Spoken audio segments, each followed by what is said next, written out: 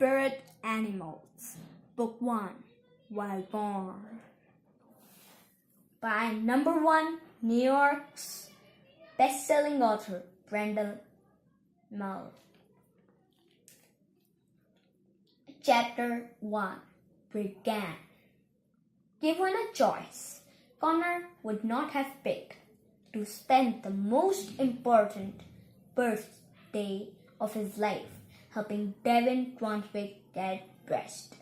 In all honesty, he would not have volunteered to help Devin Brunswick do anything ever. But Devin was the eldest son of Eric, the Earl of Brunswick, and Connor was the third son of Fenray, herder of sheep. Fenray had incurred debts to the Earl, and Connor was helping to work them off as a servant to Devin. The arrangements had begun over a year ago and was set to last at least 2 more. Connor had to hook each fiddly clasp on the back of Devin's coat correctly, or the folds would hang crooked and he would hear about it for weeks. The fine material was more decorative than practical. If caught in a storm, Connor knew that Devin would wish for a simpler, more durable coat, one without clasps, one that might actually keep him warm. "Are you done fussing around back there?" Devin asked in exasperation. "Sorry for the delay, my lord," Connor replied. "There are 48 clasps. I've just now linked the 40th. How many more days will this take? I'm about to die of old age. Are you just inventing numbers?" Connor resisted a sharp reply. Having grown up counting sheep, he probably knew his numbers better than Devin. But arguing with a noble caused more trouble than it was worth. Sometimes Devin seemed to deliberately tempt him. It's my best guess. The door flew open and Dawson, Devin's younger brother, burst into the room. "Are you still getting dressed, Devin?" "Don't blame me," Dawson protested. "Connor keeps snapping."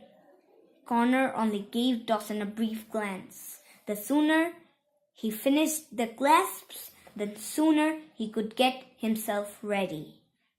"How could Connor fall asleep?" Dawson called, giggling. "Everything you say, brother, is so interesting." Connor resisted a grin. Dawson seldom stopped talking. He often got annoying, but he could sometimes be pretty funny. "I'm awake." "Aren't you done yet?" Devin complained. "How many are left?" Connor wanted to say 20. 5. "Think you'll summon a spirit animal, Devin?" Dawson asked. "I don't see why not," Devin replied. "Grandfather called them mangoes. Father produced the lynx.